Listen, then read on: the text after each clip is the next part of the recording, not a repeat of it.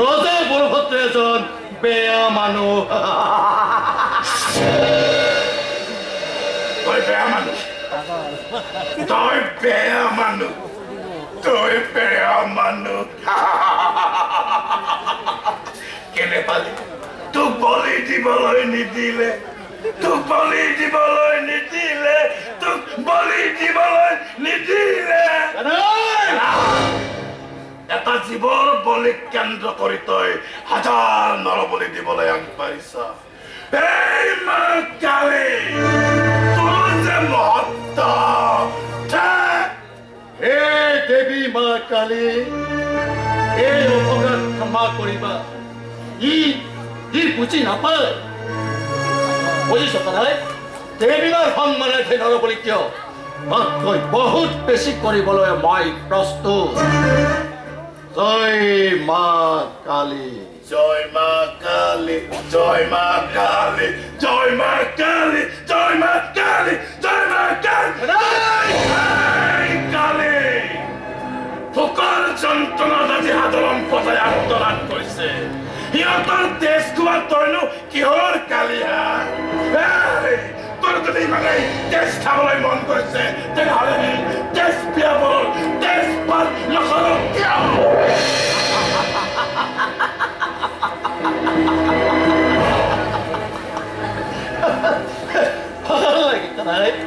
তোৰ কথাবোৰ শুনি মোৰ সঁচাই বৰ ভাল লাগে।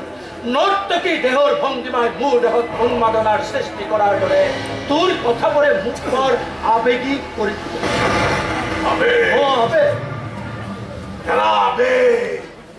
এই আবেগৰ বশৱৰ্তী হৈ এদিন আমাৰ পিতাই আমাক কাকৈ মাত বোল নকৰাকৈ শুই থাকিল। পিতাই তইনো শুই আছ কিয় পিতাই? উঠ উঠ উঠ পিতাই, উঠ পিতাই। এই আবেগে এদিন তোক মৃত্যুৰ মুখলৈ ঠেলি দিব।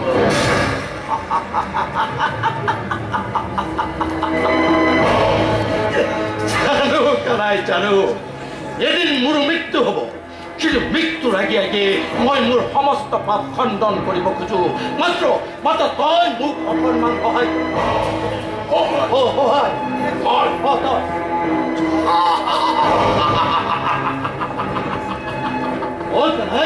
এটি মাত্ৰ সম্ভেদ। যিটো সম্ভেদ পালে মই মোৰ সমস্ত ত্যাগ কৰি ৰাজ্যত প্ৰজাৰ সেৱা আগবঢ়াব পাৰোঁ। সেই বিশাল ধন মুকুতাৰ সম্ভেদ। বিশাল ধন মুকুতাৰ সম্ভেদ তোক লাগে? কিন্তু আমাৰ পিতাই সেইবোৰ লুকুৱাই ৰাখিছে। মই জানো। কৈ দে, তোক লাগিব, তোক লাগিব। ঠিক আছে, মই তোক দি আছো। পিতাই, পিতাই,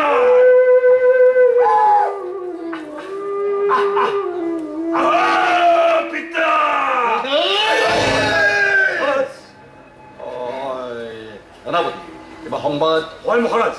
আপোনাৰ নিৰ্দেশ ক্ৰমে মই সীমান্ত অঞ্চললৈ গৈছিল। তাৰ মানুহবোৰক যুদ্ধৰ বাবে সাজু হ'বলৈ নিৰ্দেশ দিছো। এই যুদ্ধ যে দেশৰ বাবে বৰ জৰুৰী, এই কথাটো মই প্ৰতিজন প্ৰজাৰ মনত বিশ্বাস জগাবলৈ সমৰ্থ হৈছিলো মহাৰাজ। কিন্তু এই যুদ্ধৰ প্ৰধান সেনাপতিৰ বাবে আপুনি যাৰ নাম ঘোষণা কৰিছিল তেওঁ সেই পদ প্ৰত্যাখ্যান কৰিছে মহাৰাজ। সেনাপতি, এইখন ৰাজ্যত যাৰ নাম দুঃসাহস ৰজা বলভদ্ৰ ৰাজেকক থুৱাই দিব পাৰে। পাগল ইয়াৰ পৰা মোক ইয়াৰ পৰা উলিয়াই দিবলৈ তই কোন? মই কোন চিনি পোৱা নাই? ৰবি, তোক এতিয়াই চিনাই দিম।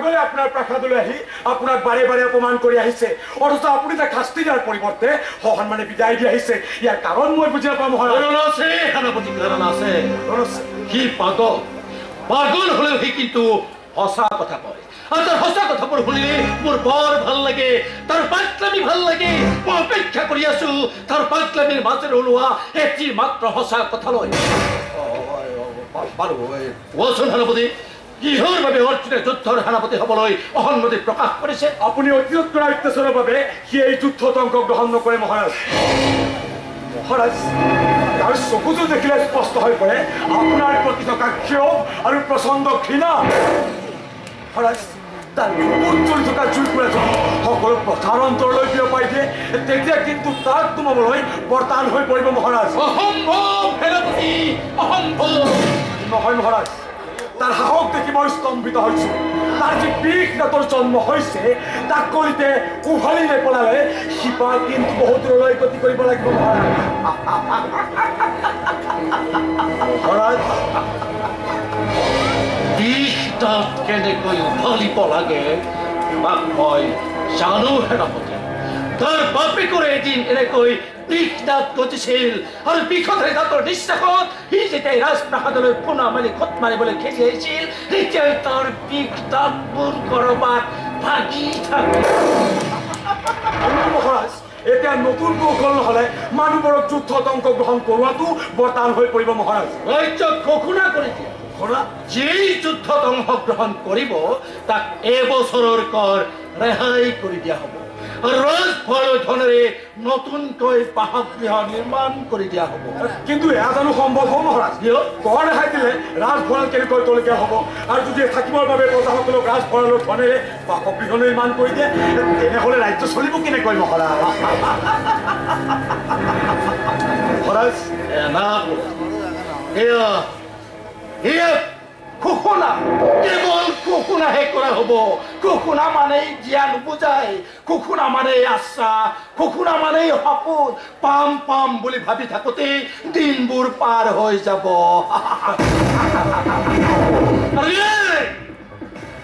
এই হ'ল ৰজা বলভদ্ৰৰ নতুন কৌশল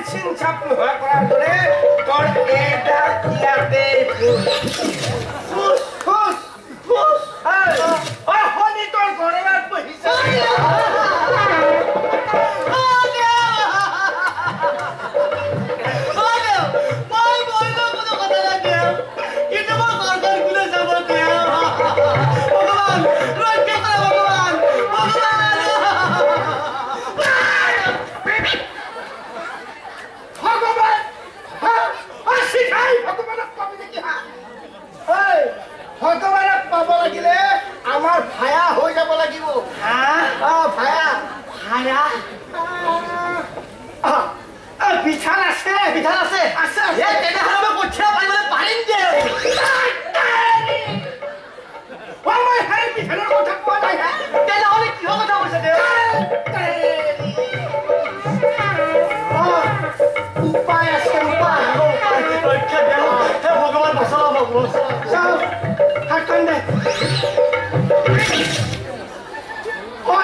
নহয় হে সেইখন দে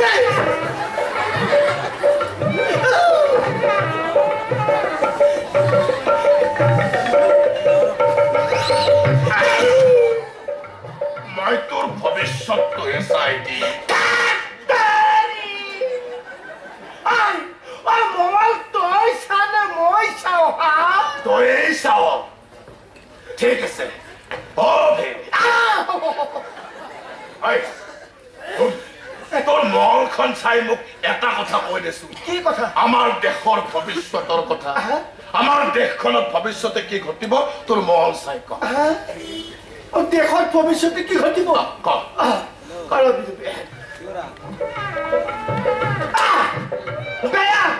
সাংঘাতিক ব্যাধি নামি আহিছে ৰজা বলভদ্ৰ আৰু জমিদাৰৰ মাজলৈ যুদ্ধ হ'বলৈ গৈ আছে দেশত দুৰ্ভিক্ষ হ'বলৈ গৈ আছে তোৰ মহল ভুল ভুল এতিয়া মই কম আমাৰ দেশৰ ভবিষ্যৎ ভাল এতিয়া আমাৰ দেশৰ কোনো প্ৰজাই ৰজাক কৰ দিব নালাগে ৰজাই এতিয়া ভঁৰালৰ ধনেৰে আমাৰ জনসাধাৰণক প্ৰত্যেককে এটিকৈ ধুনীয়া ধুনীয়া ধুনীয়া ধুনীয়া ধুনীয়া ধুনীয়া ঘৰ বান্ধি দিব তই কেনেকে জানিলি মোৰ মঙলে কয়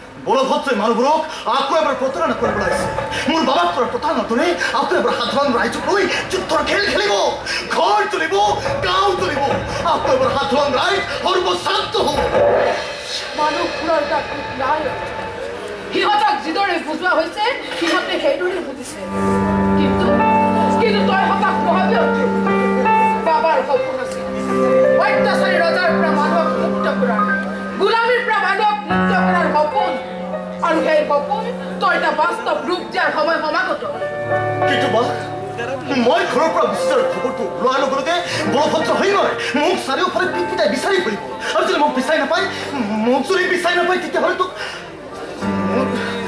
বৰ কষ্ট হৈছে বা বৰ কষ্ট হৈছে মোৰ কথা নাভাবিবি মই বাবা সৰুতে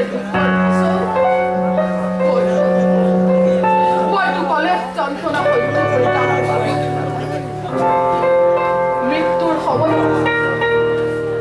মৃত্যুৰ সময়ত বাবাই মোক কৈছিল অন্যৰ লগত কোনোদিন আপোচ নকৰিবি মই যি ষড়যন্ত্ৰৰ বলি হৈ মৃত্যুক আঁকোৱালি ললো ৰজা বলভদ্ৰই মুখা পিন্ধি যি ষড়যন্ত্ৰ ৰচিলে প্ৰজাৰ আগত সেই ষড়যন্ত্ৰৰ মুখা খুলি দিলেহে মোৰ আত্মাই চিৰ শান্তি পাব তই যাব লাগিব অৰ্জুন তোৰ লক্ষ্যত উপনীত হ'বলৈ হ'লে এই সুযোগ তই গ্ৰহণ কৰিবই লাগিব কিন্তু কোনো কিন্তু নাই অৰ্জুন বাৰ সকলো দায়িত্ব মই ল'ম অৰ্জুন বন্ধু মোৰ ভালনে তোমাৰ ভাল বন্ধু প্ৰভা ইমান দিনে ৰজাৰ হৈ কাম কৰিও তই যে আজিও ৰজাৰ মানুহ হৈ যোৱা নাই ভোকৰ তাৰণাত ৰজাৰ সৈন্য হৈ কাম কৰিছো যদি ৰজা বলভদ্ৰই এবাৰ সাধাৰণ মানুহখিনিক যি অত্যাচাৰ কৰিছে সেই অত্যাচাৰৰ কথা আমি কেনেকৈ পাহৰি যাম সেই অত্যাচাৰৰ কথা অৰ্জুন তুমি আৰু পালন কৰিব নালাগে আজিয়ে সুবৰ্ণ সুযোগ সীমান্তৰ প্ৰহৰাৰ দায়িত্ব আজি মোৰ ওপৰত ন্যস্ত গতিকে এই সুযোগ তুমি গ্ৰহণ কৰিব লাগিব আজিয়ে এই মুহূৰ্ততে তুমি এই ৰাজ্য ত্যাগ কৰি জমিদাৰ ৰাজ্যলৈ পলাই যাব লাগিব নহয় প্ৰভাত তেনেকুৱা হ'ব নোৱাৰে মই যদি মোৰ যদি বাঘ কৰি যাওঁ মই কৈছো দেখোন তোমাৰ বাৰ সকলো দায়িত্ব মোৰ ওপৰত নহয় প্ৰভাত মই কিমান তই মোক সৰু কৰি নুতুলি মোৰ কথা ভাবি তই নিজকে দুৰ্বল কৰি নুতুলি এজন বীৰ হ'বলৈ এজন যোদ্ধা হ'বলৈ তই মায়া মমতাৰ উদ্ধাৰ হ'ব লাগিব জনতাৰ মুক্তিৰ বাবে তই সকলোকে ত্যাগ কৰিব পাৰিব অৰ্জুন মই আহোঁ অৰ্জুন ৰজা বলভদ্ৰৰ সকলো খবৰ মই তোমাক দি থাকিম আহিছো মা প্ৰভাত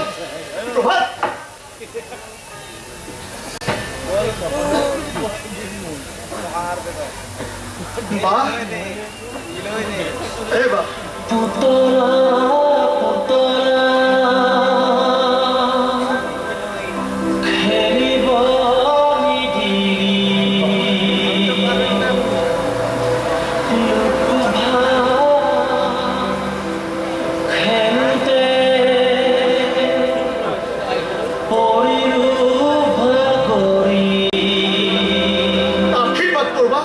মই যাতে মোৰ লক্ষ্যত উপনীত হ'ব পাৰোঁ তাৰে আশীৰ্বাদ কৰবা তাৰে আশীৰ্বাদ কৰবা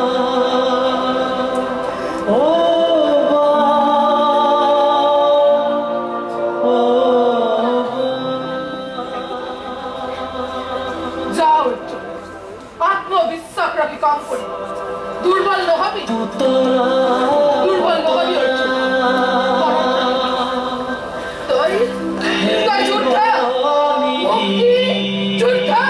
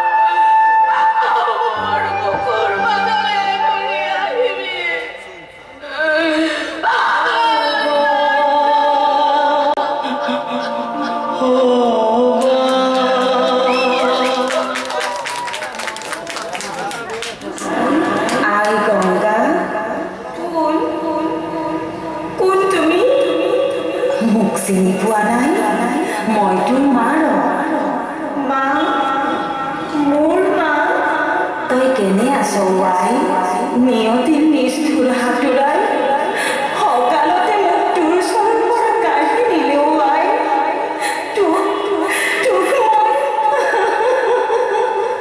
মা তুমি মোক এৰি কিয় গুচি গ'লা মা তোমাৰ মুখখন চাবলৈ ইমান যে মন যায় লগৰীয়াবোৰে যেতিয়া সিহঁতৰ মাকে কৰা মৰমবোৰ মোৰ আগতকৈ মোৰ বুকু ভাঙি যায় মা নেকান্দিবি মাজনী মইতো সদায় তোৰ ওচৰতে আছো তই মনত পেলালেই মই তোৰ ওচৰলৈ দৌৰি আহিম মই তোক মৰম কৰিম বহুত মৰম কৰিম মই যাওঁ মাজনী মই আকৌ আহিম দেই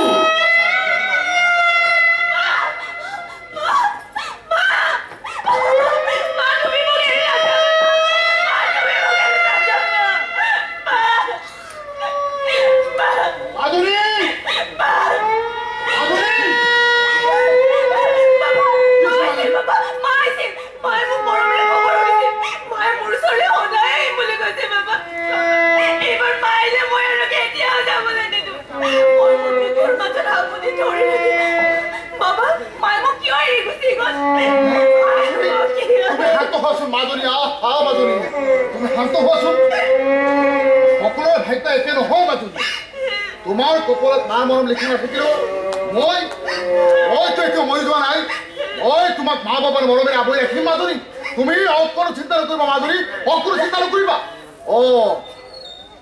হেৰি নহয় মাজনী তুমি আমাৰ পাহাৰৰ পৰা বড়ো হাঁহ জুৰিটিৰ পাৰলৈ যোৱা কথা আছিলে নহয় কেতিয়াকে যাবা মই তোমাক যোৱাৰ কাৰণে সকলো ব্যৱস্থা কৰি দিম বাবা কিয় নাপাবা তুমি ভাল সকলোবোৰ চৰাই চিৰিকটি দেখিলে আহি সকলোৰে তাত দেখিবলৈ পাবা ৰভা মই ৰঘু পাতি সকলোবোৰ কথা ধুনীয়াকৈ বুজাই দিম ৰঘু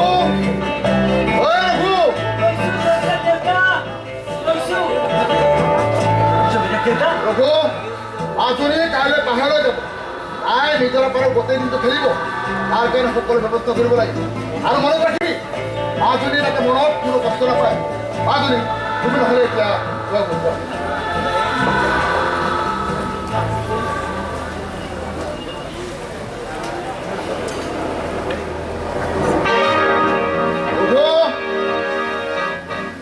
মোৰ মাজনীৰ অন্তৰখন বৰ কোমল আই ঢুকোৱাৰ পিছৰে পৰাই মই তাইক বৰ আলফুলকৈ ডাঙৰ দীঘল কৰিছোঁ তাইৰ মনে কষ্ট পোৱা যিকোনো কামৰ পৰা মই তাইক আঁতৰত ৰাখিছোঁ। তাইৰ মনে যেতিয়াই যি বিচাৰে তাক মই দিবলৈ যত্ন কৰিছোঁ।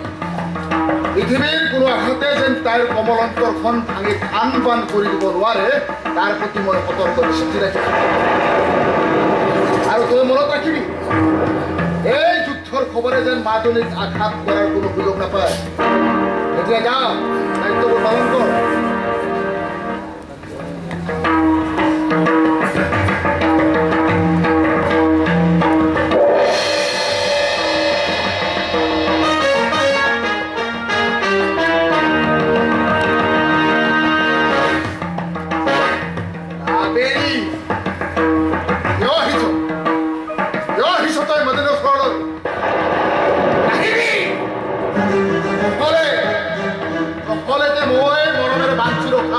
মনটো ভাঙে টুকুৰা টুকুৰ হৈ যাব।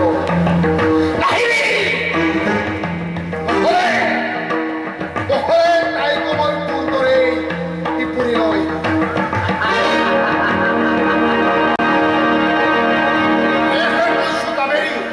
তই নাহিবি।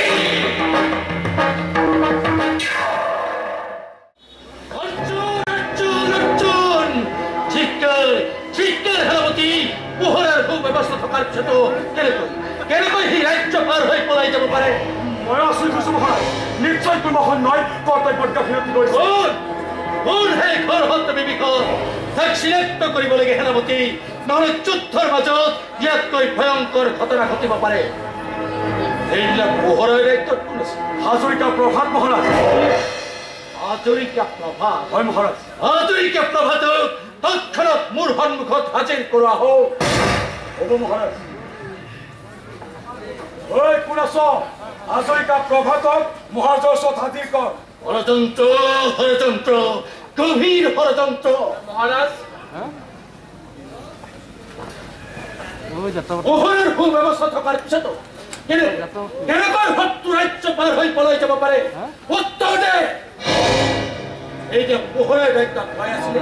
হয় মহাৰাজ, সেইবিলাক পোহৰৰ দায়িত্বত মই আছিলো, কিন্তু সেইবিলাক কোনো মানুহ সীমান্ত পাৰ যাব পৰা নাই মহাৰাজ। মোৰ বোধহয় সি আমাৰ ৰাজ্যৰ ভিতৰতে কৰবাত আত্মগোপন কৰি আছে। হ'ব পাৰে মহাৰাজ। তেনেহ'লে তাক বিচাৰি উলিয়াব লাগে। আৰু ঘৰত কোন আছে? আপোনাৰ বিৰুদ্ধে যুদ্ধ হিচাপে প্ৰস্তুত কৰি তোলা তাৰ যদি বায়েক আছে মহাৰাজ। তেনেহ'লে পলম কৰিছে কিয়? তাইক ধৰি বান্ধি মোৰ ওচৰকে লৈ আহ। সেই দায়িত্ব মোক দিয়ক মহাৰাজ। নালাগে, এই দায়িত্ব তুমি মোৰ পাতি লৈছো মহাৰাজ। ঠিক আছে, তাইক আজিৰ ভিতৰতে মোৰ সন্মুখত হাজিৰ কৰোৱা হওক। তাইক মই এনে শাস্তি দিম যেনে ভৱিষ্যতে কোনেও মোৰ বিৰুদ্ধে শত্ৰুতা কৰিবলৈ সাহস নকৰে। অৰ্জুন, মই মোৰ প্ৰস্তাৱ প্ৰত্যাখ্যান কৰি ভাল নকৰি মই কেইটালৈ চেষ্টা কৰিম মহাৰাজ। ৰবা যা, কি চাইছ? তই তোৰ দায়িত্ব পালন কৰ। আহিছে মহাৰাজ।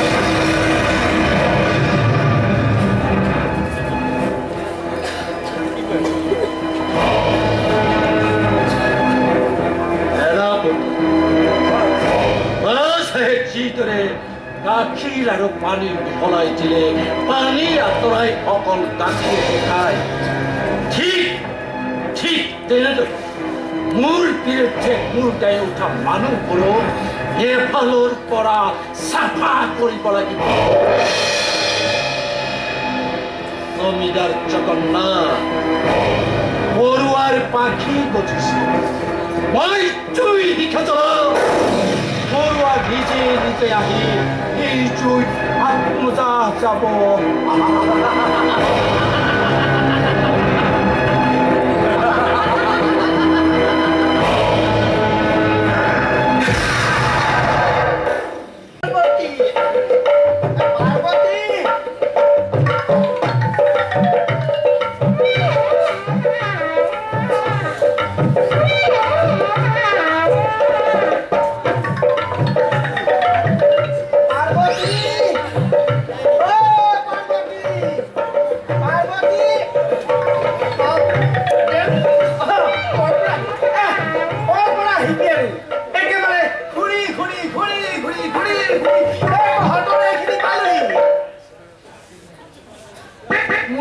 কি চাই আছে দেউ চাইছো তোকে চাইছো তোর ফালে চালে বৰ বেয়া লাগে ও পাৰ্বতী বেয়া লাগে কিয় বেয়া লাগে দেউ কিয় মানে ইমান বয়স হলে কিন্তু তোর বিয়া হওয়া নাই অবশ্যই বয়স হলে কিন্তু তোর সৌন্দর্য বাঢ়ি যোৱা নাই পাৰ্বতী নাই মানে অৰ্জুন এতিয়া ডেকা হৈছে ইচ্ছা কৰিলে তই অমৰ দৰটা লগ হ'ব দেচোন এইবোৰ কথা মোৰ আগত নকব দেউ মই বৰ বেয়া পাওঁ পিছে আপুনি অলপ কিয় আহিছে দেউ মানে খবৰ এটাকে লৈ যাওঁ বৰ বেয়া দিন নামিছা পাৰ্বতী চাৰিওফালে একেবাৰে শনিয়ে পিট পিটাই ঘূৰি ফুৰিছে কিবা এটা মাংগলিক কাম নকৰিলে নহব মাংগলিক কাম মই আকৌ কিয় মাংগলিক কাম কৰিব লাগে দেউ কিয় মানে মই তোৰ চেতাৰত ধৰি দিয়ে গম পাইছো নহয় ইয়াতো শনি সোমাইছে হয় নেকি ঠিক আছে সাৱধান হ'ব পাৰিম সাৱধান অ পাৰ্বতী সাৱধান হলে নহব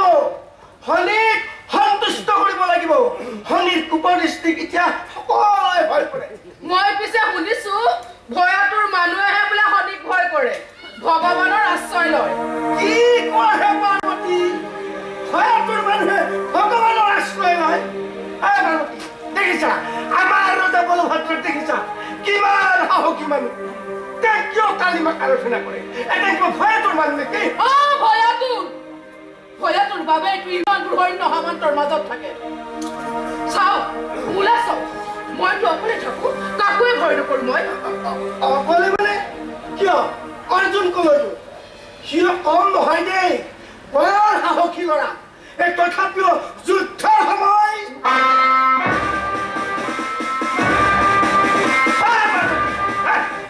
কি হ'ল একেবাৰে ঘৰ লাগি ৰলি যায় তাকে পৰা মাতি দে নাই মানে দেউজি দুদিনমানৰ কাৰণে বন্ধু এজনৰ ঘৰলৈ গৈছে বন্ধু দেউ আপুনি অকণমান বহকচোন দেই চাই মেলি খাই যাব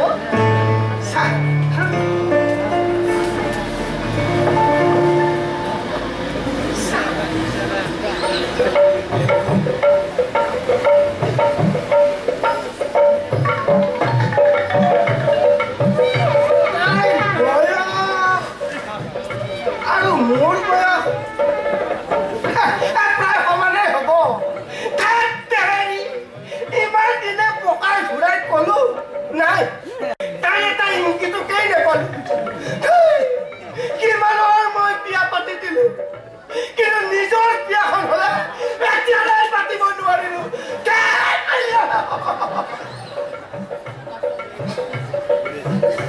অ পাৰ্বতী অ সময় কিন্তু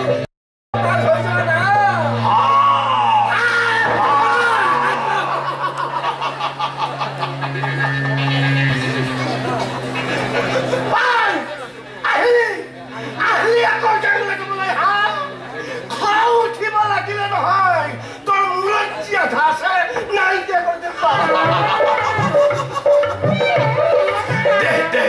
বৰ ভাল কথা হ'ব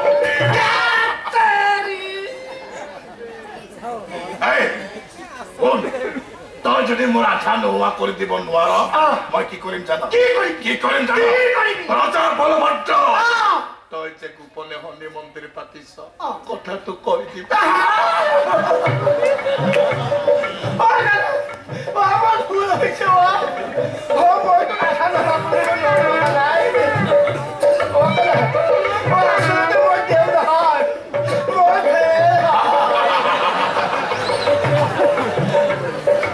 ঠিক আছে তেনেহ'লে কথাটো মই ৰজা বলভদ্ৰক নকওঁ কিন্তু তই মোৰ মতে এটা কাম কৰিব লাগিব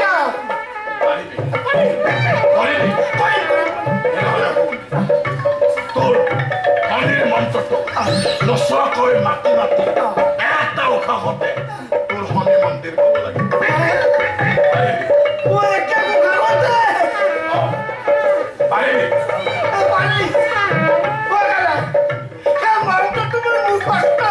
এনেহ'লে কথাটো মই মহাৰাজক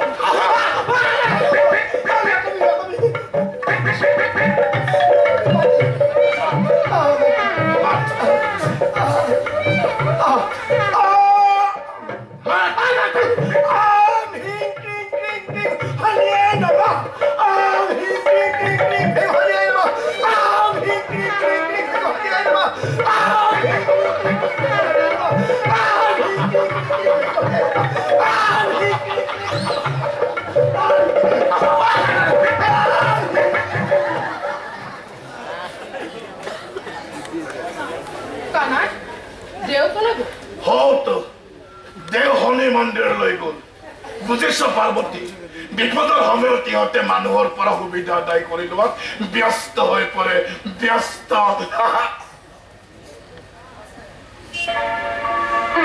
পাৰ্বতী তই পিছে কি ভাবিছ কি আৰু ভাবাম কানাই সময় যি হয় দেখা নহয় সময় নহয় সময় নহয় সময়তকৈ আগত যাব পাৰিব লাগিব হয় পাৰ্বতী তই গুচি যাও পাৰ্বতী তই গুচি যা নাযাওঁ কলৈ যাম মই কিয় যাম মই এইখন মোৰ ঘৰ এইখন মোৰ বাবাৰ ঘৰ মই ইয়াতে থাকিম কলৈকো নাযাওঁ নকবি তেনেকে নকবি তই যাব লাগিব তই যাব লাগিব তই পাৰ্বতী তই যাব লাগে তই যাব লাগিব পাৰ্বতী তই যাব লাগে পাৰ্বতী যাব লাগে পাৰ্বতী তাই তাই যাব লাগে তাই কিন্তু কলৈ যাব তাই কাহৰি এৰি দলিচালৈ যাব মানে ৰাজপ্ৰাসাদলৈ মহাৰাজ বলভদ্ৰই তোৰ বাবে দলিচা পৰা এটি সুন্দৰ কোঠা নিৰ্মাণ কৰিছে পাৰ্বতী আৰু তোৰ শুশ্ৰূষাৰ ভাৰ দিছে মোৰ ওপৰত মৰমৰ ভাতৃ অৰ্জুন ক'ত অৰ্জুন অৰ্জুন নাই কি ঘৰত নাই কলৈ গৈছে বন্ধুৰ ঘৰলৈ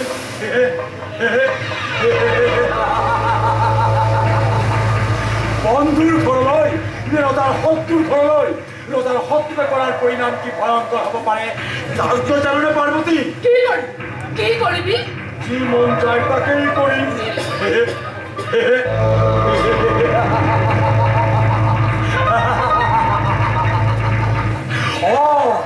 যি মন যায় তাকেই কৰিম তহঁতে ভাবিছ নেকি এই যুদ্ধৰ সময়ত দেশৰ প্ৰতি তহঁতৰ কোনো দায়িত্ব নাই তোৰ দেশ প্ৰেম নাই দেশ প্ৰেম তহঁতৰ মুখত দেহবোৰ কথাই শুভা নাপায় তহঁত দেশৰ শত্ৰু তহঁত ৰাইজৰ শত্ৰু দেশক ভাল পাওঁ বাবে দেশৰ প্ৰজাবোৰক ভাল পাওঁ দেশক ভাল পাওঁ বাবে আমি এই যুদ্ধৰ পৰা আঁতৰত থাকিম সেইবাবেই অৰ্জুনক ঘৰৰ পৰা আঁতৰাই পঠাইছ নহয় বাৰু পঠিয়াইছো কি কৰিবি তহঁতে বাৰে বাৰে আমাক অত্যাচাৰ কৰিছ নিৰ্যাতন কৰিছ আৰু তাৰ পৰিত্ৰাণ বিচাৰি মোৰ ভাতৃ অৰ্জুন ঘৰৰ পৰা ওলাই গৈছে শত্ৰুৰ বিৰুদ্ধে যুঁজ কৰিবলৈ অত্যাচাৰী ৰজাৰ সকলো অন্যাৰ হিচাপ ল'বলৈ এনেকুৱা ডাঙৰ ডাঙৰ কথা তই ৰজাৰ কাৰাগাৰত কবি ইয়াত নহয় কাৰাগাৰত তই চিধা চৰফতে থাকিবি তেতিয়া তোৰ মৰমৰ ভাতৃ অৰ্জুনে তোক বচাবলৈ দৌৰি আহিব আৰু তেতিয়াই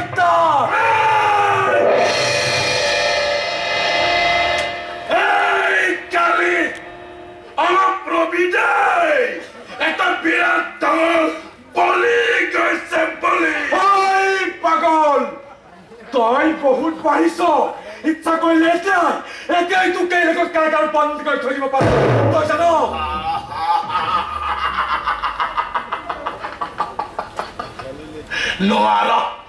নোৱাৰ তইতো বাদ স্বয়ং তোৰ প্ৰভু বলভদ্ৰ আহিলেও মোক জান মোক বন্দী কৰিব লাগিলে তহঁতৰ গোসানী কালি আহিব লাগিব আৰু তইতো ৰজা বলভদ্ৰৰ এটা সামান্য হৰি চেলেকা কুকুৰ